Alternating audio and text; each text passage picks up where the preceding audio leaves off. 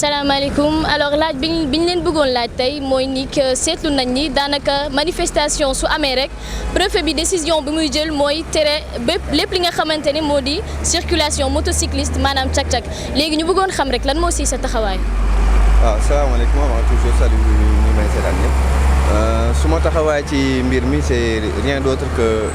man dama jàpp ne loolu du yoon du dëgg du yoon parce que dafa am ñoo xam ne ci moto la ñuy liggéey ak ñoo xam ne ñun ñi nga xam ne circulation bu naree sonal moto la ñuy jël donc pour la bonne circulation des personnes et des biens loolu la ñu wax donc ça ce sont des biens et les personnes qui l'utilisent donc amul lenn loo xam ne war na mën a tax ñuy arrêter circulation des motos ba di si saisir ay 600 ou bien 700 motos yoo xam ne nit ñi dañ doon dem juste pour vaquer à leurs occupations. leneen ni nag mooy yaa d'autres yoo xam ne ñoo koy utiliser pour faire des choses yoo xam ne c'est pas du tout recommandable mais aussi loolu fépp la am na ñuy utiliser oto pour dem di sàcc am na ñuy utiliser moto pour dem di sàcc mais loolu mënuñu koo tere la chose c'est de laisser les personnes vaquer à leurs occupations librement. waaye nag préfet bi su demee ba jël décision bi dafa foog rek ni ci cak-cak yi am na si ñi nga xamante ni dañuy rax bokk ci manifestation yow loolu lan moo si nekk sa xalaat. loolu ñoom ñoo koy gën a yombal parce que nit ki nga jàpp motoom moom day gis ne moom loolu ñoom ñoo koy gën a yombal parce que nit ki nga jàpp motoom moom day gis ne moom il a le droit d'aller revendiquer ses droits parce que le droit de manifester ou bien le droit de se révolter se trouve dans la constitution ñun ñoo ko moom ñun ñoo leen fal pour ñoom ñu toppal ñu aar ñun suñuy àq ak suñuy yelleef donc bu nit boo bafuwee àqu jàmbur yelleefam moom dootu ko xamati. léegi nag ñu bëggoon xam lan moo si yow sa ñaan lan ngay wax état bi tey par rapport décision bu mu jël. c'est juste de revoir leur position xam ne ñun ñoo leen fal ñun ñoo leen fa teg te li war mooy ñoom ñu xool seeni position xool bu baax li ñuy def parce que instant bii nii je ne le dis pas pour moi ou bien pour quelqu'un d'autre mais je le dis pour toute la population sénégalaise en ce moment elle est frustrée population bi xolam neexul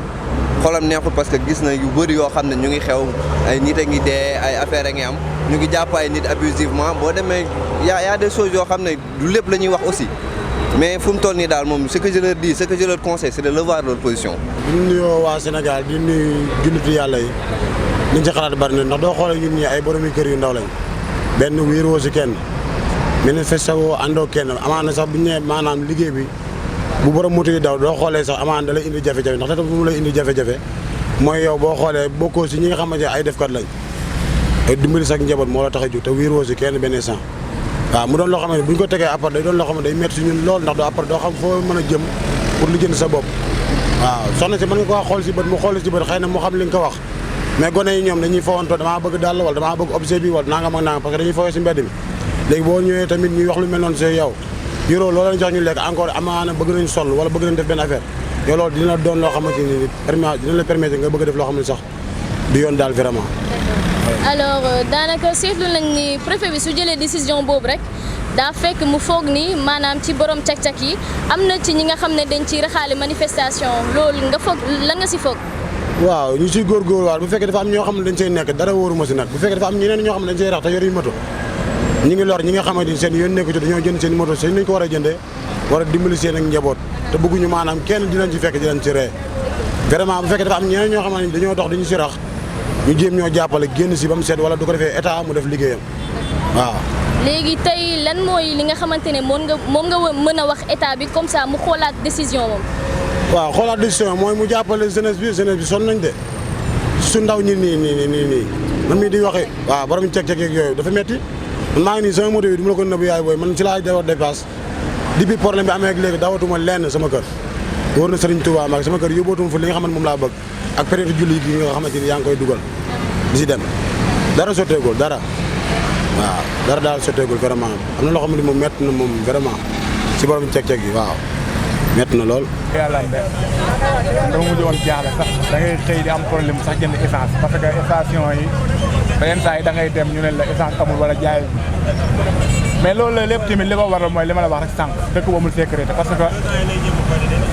boo xëyee dem liggéey nga nekk en l'aise tamit da ciy baax quoi mais boo xëyee dem liggéey nekkoo en l'aise yaa ngi tiit à tout moment mën na ñëw dal sa kaw yàqal la jël sa alal li nga yóbbu moo tax gars yi di ragal mais station yi ñuy yàq moom wax dëgg yàlla moom du yoon man moom jeune laa comme ñëpp parce que dëkk bi ni muy defee nii neexuma tamit Macky Sall li ñuy teg nii tamit neexuñu tamit mais xeex bi dafa ànd ak xel quoi mais nekku na da ngay tëb di rajo xel yi dem di yàq alali jàmm te man li ma gën a métti sax maanaam donc station gars métti na ma de mais ñi nga xam ne seen yoon nekku si comme ku mel ni man yàlla may la mooy nga dem ubbi sa magasin xam nga di jaay sa téléphone wala leen nag leen ñu xëy rek nekkul dëj yaa bëgg lépp ma loolu tamit neexul te loolu lépp lu ko waral dëkk ba amul sécurité mais bu dëkk bi voilà instant yi dëkk bi ni mu dalee ni loolu kan moo ko ñemee def kon ñoom waa état bi dafa mel ni ñoom xamuñu ñun jiite ñan la ñoom dañuy wax ay trouble l'ordre public yëpp ñoom ñoo koy créé yooyu noonu parce que dëkk bu dalee kenn ñemewul def dara parce que ñëpp dañuy nekk sécurité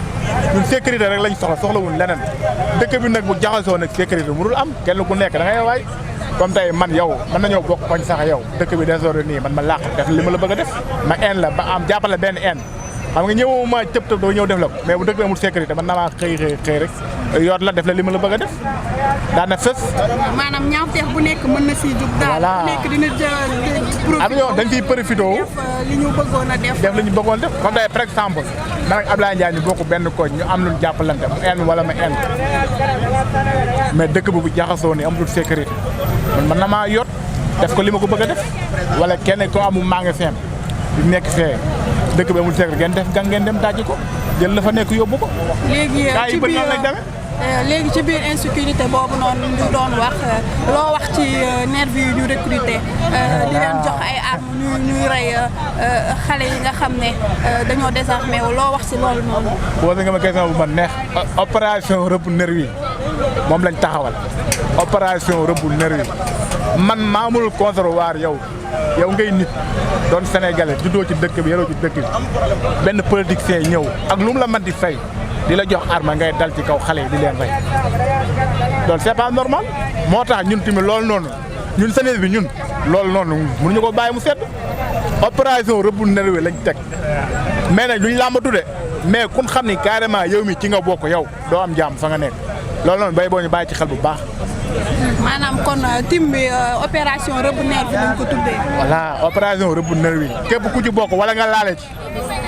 da nga bàyyi xel sa bopp. dañ lay recherche buñ la jàppee léegi conséquences yi lan la maanaam yéen nan ngeen a jublu. liñ def xale yi lan leen di def nervi moom liñ def xale yi lan leen di def kun fi jàpp dañ lay rey comme ni nga reyee xale yi lan leen rey man dama rus sax billaahi ay la fois passée gis nga commissaire yi génnoon di def ay conférence de presse gis nga leen kut ko kut la leen booy defar téye ne leen li ngeen def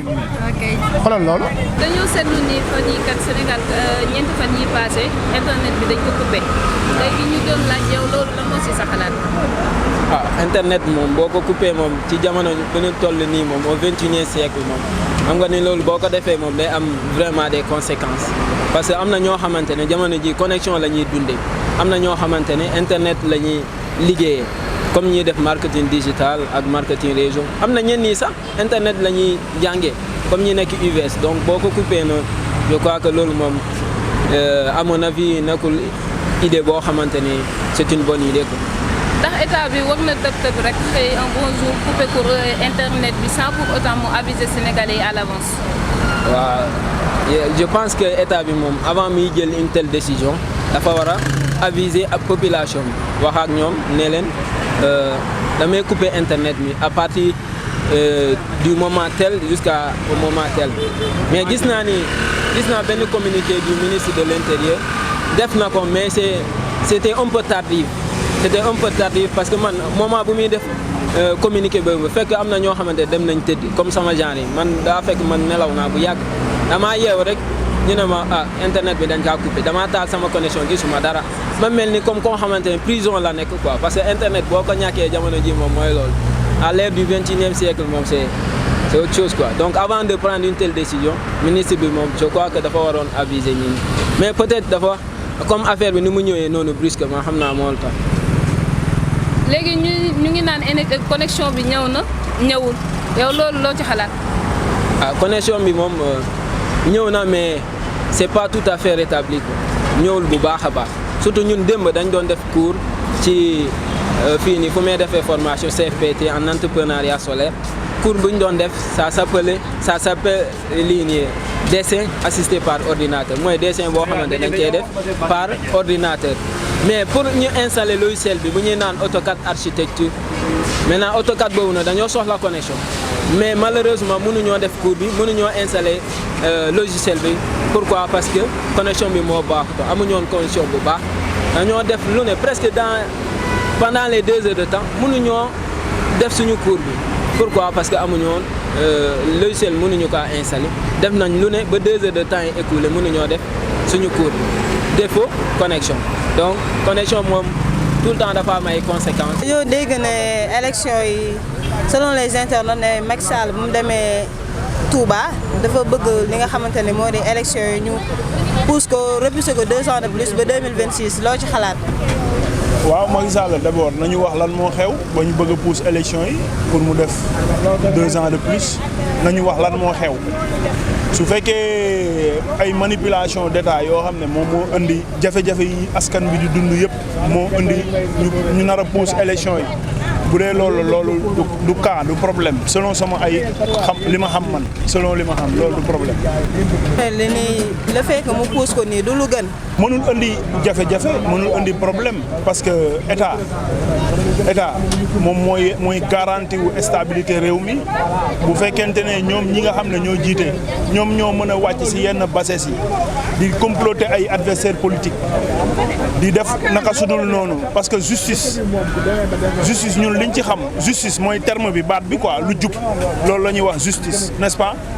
mais bu fekkee tey dañu dem ba ci ay manigance ay manipulation loolu du jur jàmm ci réew bu dee loolu kese loolu mënul tax ñu toxal élection parce que élection li koy toxal ay conflit lay doon wala mu nekk ay problème yu intense yu permanent loolu moo mën a tax ñu toxal élection mais quant à loo xam ne da ngeen laal benn nit boo xam ne bon dafa am espoir u jeunesse la ngeen laal ko te yàgg nañ ko avertir ci réseaux sociaux yi bon nga dégg ay certains chroniqueurs certains journalistes ngay dégg ñoom ñuy wax di jéem a défendre benn cause boo xam ne infondé amul base quoi donc loolu askan bi ñu ngi siy teg seen bët ñu ngi xool parce que nit ñi léegi amatul kenn koo xam ne kenn defatul quoi si noonu laa ko mën a waxee kenn defatul kon donc loolu nit ñi ñu ngi toog nekk ay sentinelles di xool ñoom nan la ñuy doxalee si plateau yi si toutes les chaînes télévision ñu ngi leen di suivre donc dëgg peuple bi xam na fan la féete quoi donc su fekkee dañu bëgg réew mi am stabilité am jàmm am dal dañu war a garantir sécurité tout le monde loolu moo fi indi jàmm. loo ci xalaat le fait que élection yi ñu waroon ko def 2024 léegi mu wax ne da koy pousse ba 2026 loo ci xalaat yow d'accord nga ci wala d'accordoo ci. waaw ñun si suñu xam-xam bu gàtt ñun li ñu comprendre dañ ne Sénégal république la quoi. bien organisé ah mu commencé ci président de la république ba ci le chef de quartier ah mu am ñu séddale ko quoi ay pàcc comprendre nga su fekkee boo xoolee nomenclature kii république bi ni mu tëddee da ngay commencé président nga wàcc dem président assemblée wàcc ci gouverneur yeeg préfet yi et tout ça ak chef de quartier yeeg yëpp donc ñun ci ay institutions la ñuy tënku quoi comprendre nga parce que seul le peuple est souverain loolu la ñuy wax donc pour yokk mandat pour yokk durée mandat wala pousse ay élection loolu lu ñu war a waxtaane la d'accord mais buñ koy waxtaane ci ay institution lañ ko war a waxtaanee mais pas ci ay biir néeg institution yi mooy lan assemblée nationale la war a demander ah pour ñu repousser wala ñu bàyyi ko noonu wala du noonu voilà mais bu fekkente ne moom daf ko bëgg a jël def ko ci ay waxtaan loolu la ñuy wax deal quoi loolu la ñuy wax deal donc peuple bi man du ma wax au nom du peuple mais sama xalaatu bopp laay wax damay wax ne ñun Macky Sall mois yi mu dese nii rek xaw ma 7 la xaw ma 8 mois yi rek dafa ëpp waaw ñun loolu lañ ci xam ci ay repousse ak kii mois yi mu dese rek dafa ëpp. bi dafa doy. waaw loolu liñ ciy wax du lu bari lu gàtt lay doon parce que réew li koy jàmmal mooy kenn ku su nekk nga vaquer ci say occupation te bàyyi sa morom mu vaquer aussi ay occupation n'est-ce pas ah loolu mooy indi stabilité ci réew mais réew bu fekkee ne problème mu politique donte politique bi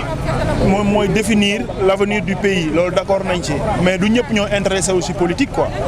politique dafa am ñu ci intéressé wu am ñu ci intéressé wul parce que tey bu ñuy xayma naan Sénégal dañuy dégg lu bari ñu naan on est 17 millions d'habitants ah te les activités ñiy def activité politique ah les leaders boo leen xoolee matuñu 0,1% ci réew mi donc ñoom peut-être aspect bi ñu nekk xeebuma ko parce que loolu mooy définir l'avenir du pays mais niñ koy defee dañ ko war a gën a assainir mu gën a set quoi parce que duñ ay ennemis ñun ñëpp ñoo bokk Sénégal am déet te Sénégal même boo amee possibilité yow en tant que leader politique nga am possibilité dëkk fu la neex ci àdduna bi mais Sénégal moom mooy sa réew Sénégal nga fi nekk di dagaan baatu askanu Sénégal mais dagaanoo baatu askanu beneen réew kon donc ñoom ñëpp ñoo am responsabilité pour réew mi am jàmm am dal te dal nag li ngay indi mooy kenn ku nekk nga respecter sa àq ak yelleefu morom quelle que soit position bu mu am quel que soit li mu gëm quel que soit nu mu mel loolu moom mooy indi jàmm ci réew quoi mais bu fekkee ne yow tey jii yàlla may na la ora ñëpp di la déglu ñëpp déggal la ma ne loolu du ma ko nangu du ma ko fi accepter daf may jaral lépp waaye loolu du fi jàllee mais problème ngay indi nit mën na def lépp ba mu des sentiment wu doomu aadama ak xelu nit kenn mënu ko canaliser kenn mënu ko téye sentiment wu doomu aadama nit nag li koy convaincre mu ngi jóge ci nit ki xalaat di génnee di wax nit ñi di analyser man mii tey li may wax xaw ma am na solo xaw ma amul solo mais li ma yëg laay wax léegi ki koy déglu moo mën a def analyse yu boppam ndax li ma wax yenu na maanaa wala yenuwul maanaa mais su fekkee nit ki tey bu dee politique kenn ku nekk dañ ne nañ dem à la quête des citoyens pour convaincre leen mais boo waxul lu leen convaincre mënoo leen convaincre am dëgg ah ay achat de conscience ak yi ñuy wax ni yëpp dëgg la politiciens yi am nañ ñoom station bu ñu nekk ba tax ñoom ñu koy def parce que jàpp nañ ne tout le monde est manipulable mais non il y a des gens yoo xam ne sont très éveillés très éclairés boo waxul lu leen mën a convaincre mënoo leen convaincre am na waaw loolu laa ci xalaat. bi manifestation yi di am na ñu ci profité di ci violer ay xale yu jigéen loolu nag Ziguinchor la amee ci université Assane Seck bi léegi ma bëggoon la laaj yow loo si wax loo wax ci ñaawteef boobu noonu. ñaawteef boobu moom wax dëgg yàlla affaire violence moom du ma ko questionné parce que man suñu kër bu ma fa demee am naa yaay am naa ay rakk yu jigéen tey dama koy xool comme ñoom rek même bu ma doon samay rakk jigéen du ma neex moo tax du ma ko questionné quoi affaire violence boobu mais lu indi loolu tamit dañ koy wax avant viol bi dañuy indi maanaam lu ko indi dëkk bi moo des réew moo tax sécurité amatul ay woo gis jaami waay la am moo tax ñoom ñu profité mais est-ce que ñooñu gis nañ leen wala gisaguñ leen doo xam ñu ko def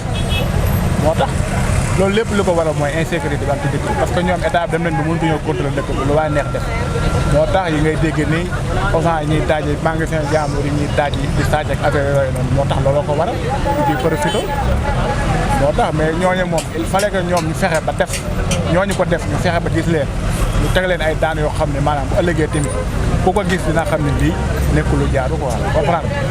voilà affaire bu moom wax dëgg yàlla loolu moom rafetlu moom. léegi yow loo wax ci taxawaayu gouvernement bi maanaam moom bu leen jàppee lan la leen war a. man de jànguma wax dëgg yàlla jànguma droit de mais viol moom wax dëgg yàlla xam ne liñ ci wax tamit am na lu muy jot a xam. lan lan wax crime la ko waaw voilà. crime la waaw. waaw kan bi li kan gàtt yaakaar naa ay 10 ans wala 20 ans lañ wax. waaw lan lañ ko teg rek bu dee dëgg la ko waaw man nag. xam nga maanaam par exemple fake news day am man nag ba léegi man dégguma ko waa xaw ma nag mais yaa di ko jàllewul wala qu'est-ce qu'il y a daal mais bu dee am na. nañ def kut maanaam ba fexe ñooñu ko def ñu jàpp leen ñu def leen li war ci ñoom n'est-ce pas voilà loolu la quoi. si ay étudiants la woon ñi nga xam ne amuñu fu ñu jëm mooy ñi nga xam ne daal dañu jóge fu sori ñëw jàng si amuñu fu ñu dëkk ci université bi la ñu logé léegi ñooñu daal ñoo dajeek nit ñu bon ñooñu ñu daal di leen nax naan leen ñëw leen sama kër ma héberger leen en attendant yëf yi calme. ci lañ leen nax nag daal di leen sàkku def leen ñaawteef boobu noonu. dañ leen fekk ci biir université bi daal di leen bëgg a rawale. voilà. yóbbu leen seen kër def leen li leen def. voilà maanaam ñoom dañ leen doon genre ndimbal. alors mooy corruption de la jeunesse rek. loolu mooy corruption de la jeunesse rek parce que yow da nga ko moom jaaxle na dèjà dëkk bi amatul sécurité yow mu ñëw pour nga war koo walla nga fexe ba ndax ko yóbbu ko sa kër def ko li nga koy def loolu kay pour ñu jàpp leen sa te yomb na parce que maanaam loo wax sànq ci kër lañ ko defee te ki la ko def xanaa maanaam boo jàkkaarloo da nga ko gis loolu kay yomb na pour ñu jàpp leen loolu kay amatul lan ci kii da état def liggéeyam rek ñu jàpp leen teg leen daan yi war ci ñëw wéyal moom du ma ko questionné moom parce que man am naa rek am naa yaay loolu moom wax dëgg yàlla damay koy xool comme sama bopp rek bu ma daloon ñu def ko sama sœur wala sama bopp bu ma neex moo tax quoi ñu ngi leen di masawu nag mais dëkk loolu li ko waral mooy dëkk amul sécurité rek mais instant yii dal nañ quoi nañ ñaan yàlla mu continuer. en tant que population bokk ci population citoyen lan moo nekkoon sa xalaat ci loolu. déjà man ànduma ci yàq bi man mii di wax ak yow ah man Sonko laa man mii di wax ak yow mais kenn gënuma maanaam yàq man bëgguma ko comprendre yàq kenn bëggu ko tey BRT bi ñu defar ak TER bi ñi dëkk Tëngéej ah ñoom duñ ko yàq ñi dëkk Thiaroye wala Diamniadio man mii di dem Tëngéej di ñëw chaque jour man du ma yàq BRT xaw ma TER bi comprendre man moom ànduma ci loolu quoi. parce que bu ñu demee bay yàq faculté bi ci biir mooy ñooñu nekkatuñu ay étudiants man après boo yàqee loolu xam-xam bi fa lay jógee ci mbedd mi ah mais loolu la Cheikh Anta Diop waxoon mais waxuñu woon loolu Cheikh Anta Diop waxu loolu en tout cas daal xam nga lu may ñaan gars yi nañu dal quoi parce que dëkk bi déjà man 10 jours liggéeyuma te man jour par jour lay am laay ñafe tey nii su ma liggéeyul boobu ba léegi fayaguma luwaas ndax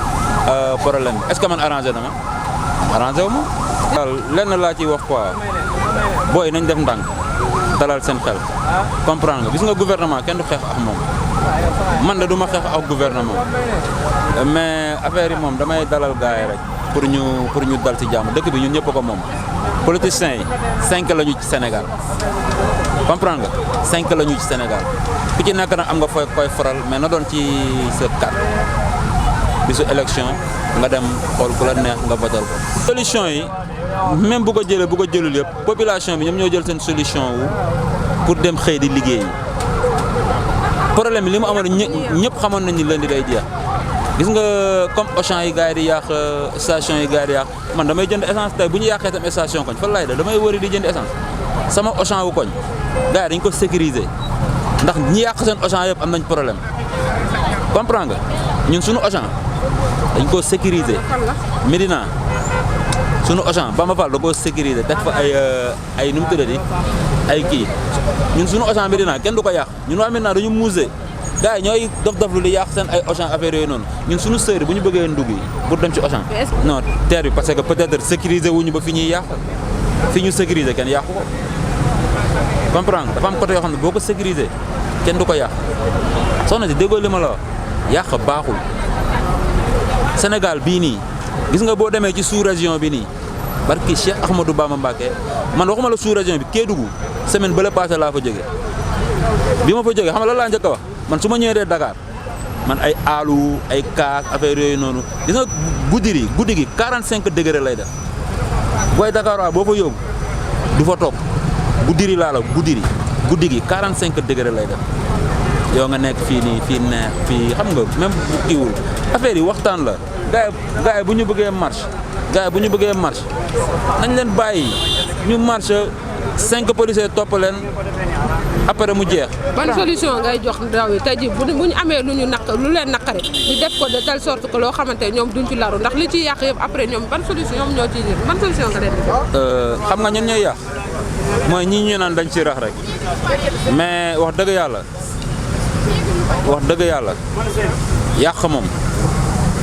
amul kenn da ngay gis ay xale bu ndaw parce que jeunes yi bari yi ngay gis fii ñoom ñooy créer seen bopp liggéey gouvernement bi joxul leen liggéey gouvernement bi joxul benn jeune liggéey comprends nga léegi nag yow boo créer sa bopp liggéey ba am sa benn as magasin bu ndaw mais yaa ngi ñafe yaa ngi kii ci dëkk bi kon yow ak nu mu munti demee yow waroo nangu ñuy taal fen yàq moom soxna si kenn àndu ci parce que da nga koy xool tey bu ñu ñëwoon sa kër di yàq mais du la neex ak ku mu munti doon yàq xoolal kenn àndu ci man moom wax dëgg yàlla sama idée personnellement man bëgguma kuy yàq quoi ndax man du ma yàq te xoolal billaay wallaay taala dinaa la wax benn affaire de gis nga jeunes yi nii il faut que ñu bàyyi xel ni gis nga problème yi nii gis nga kuñ ci jàpp gis nga gars yi kuñ ci jàpp bàyyi dinañ la indil problème boo xam ne doo xam foo koy waxee amul benn jeune boo xam ne bu ñu la nee fayal magasin bi di nga ko mën a fay ñetti iPhone yi gars yi di jël wala ñeenti iPhone yi yooyu munoo ko bu ñu la noon fay ko tey foo koy fayee doo indil sa bopp problème indil sa waa gaale problème yow benn nit ngay nekk ñu jàppala nga indil famille bi yëpp problème mbokk yëpp problème mais est-ce que loolu jar na ko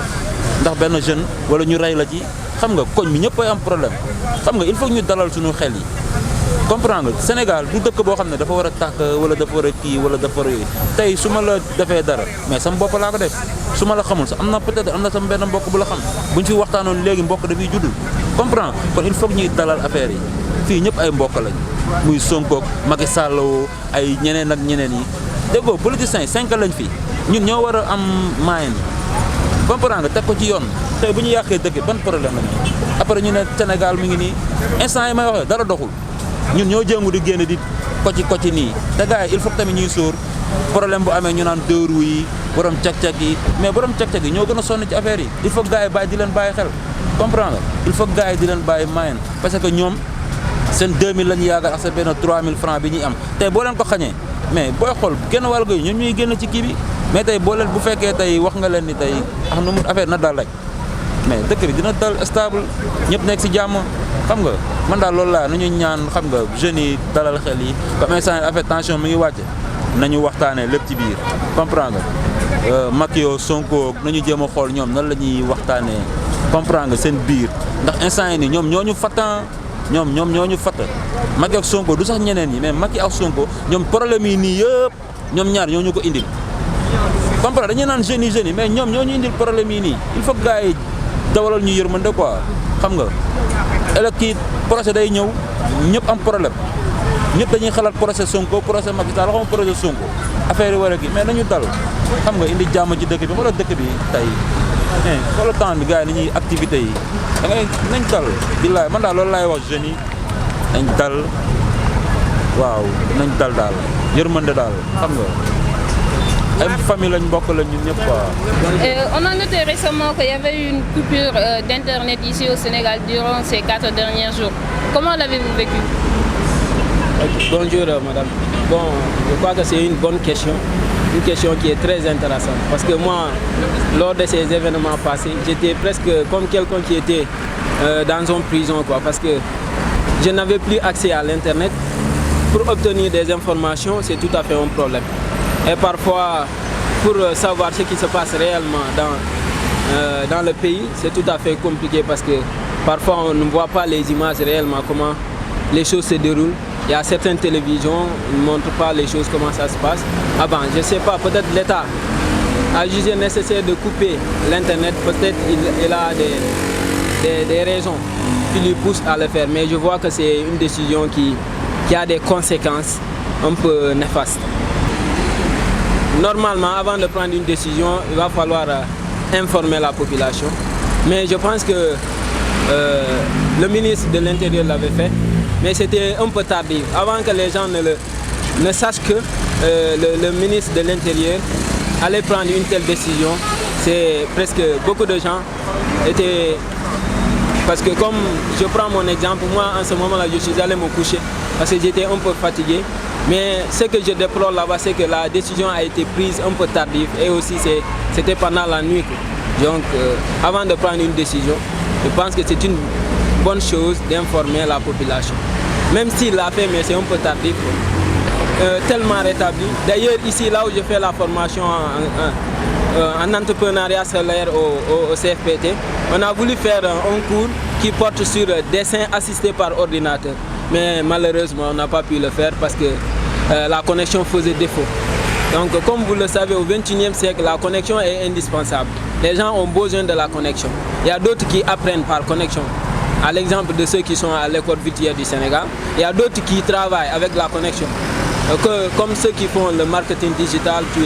marketing réseau, ils ont besoin de la connexion. Donc si la connexion n'est pas là, je crois que c'est un très grand problème. Alors, il a été remarqué qu'à chaque manifestation, la décision du préfet est d'annuler et d'interdire la circulation des motos dans tout le département. Alors, on voulait juste savoir quelle est votre position par rapport à cette décision. Donc par rapport à cette décision, moi je ne suis pas d'accord comme la plupart des Sénégalais, étant donné que la plupart des Sénégalais en ce moment utilisent des motocycles donc, pour pouvoir vaquer à leurs occupations. Donc on dit que eux ils sont là pour veiller à notre sécurité, nous et nos biens. Donc notre sécurité, nous et nos biens, donc nos motos en font partie. Et nous qui les utilisons, moi je ne suis pas motocycle, mais je les utilise la plupart du temps pour vaquer à mes occupations. Comme en ce moment, je suis en train de faire un petit trajet. Donc avec les motocycles, c'est beaucoup plus rapide. Donc sur cela, je ne suis pas d'accord et je ne suis pas d'accord. D'accord. Alors, pensez-vous que, tout comme le préfet, certains motocyclistes font partie des manifestants. Ils utilisent les motos pour faire les manifestations. Pensez-vous que c'est vraiment ça la réalité? Oui, il y en a certains. Il y en a certains qui le font, comme d'autres le font avec les voitures même. Donc, dans la population elle est munie de deux catégories de personnes, les bonnes et les mauvaises. Donc, dans les bonnes, il y a toujours quelques-uns qui sont mauvais. Donc, sur cela, on ne peut pas canaliser tout le monde. Donc, on ne peut pas arrêter la circulation des bonnes personnes parce qu'il y a une petite minorité de mauvaises personnes qui font quelque chose avec leur moto, que toutes les autres personnes qui vont travailler, autres qui vont vaquer à leurs occupations ne doivent pas circuler. Et arrêter juste l'économie, c'est arrêter l'économie en quelque sorte. Donc arrêter l'économie, c'est pas bon pour eux, c'est pas bon pour nous. D'accord. Alors, que pouvez-vous aujourd'hui dire à l'État par rapport à cette décision? Donc, ma position sur cela, c'est qu'ils doivent revoir leur position. Ils doivent vraiment revoir leur position. Parce que la plupart des Sénégalais sont frustrés. Donc, et cette frustration n'est pas bon pour eux, n'est pas bon pour nous. Parce que le Sénégal était un pays de paix, un pays de démocratie, un pays où tout le monde pouvait faire tout ce qu'il voulait faire, mais juste dans les normes. Mais en ce moment, il n'y a rien qu'on peut faire dans les normes. Eux, ils ne travaillent pas normal, les autres aussi les suivent. Donc sur cela, ça amène beaucoup de frustration, que ce soit les Sénégalais lambda qui sont politiques ou bien les apolitiques. Ok, merci beaucoup et nous vous sommes très reconnaissants. Merci.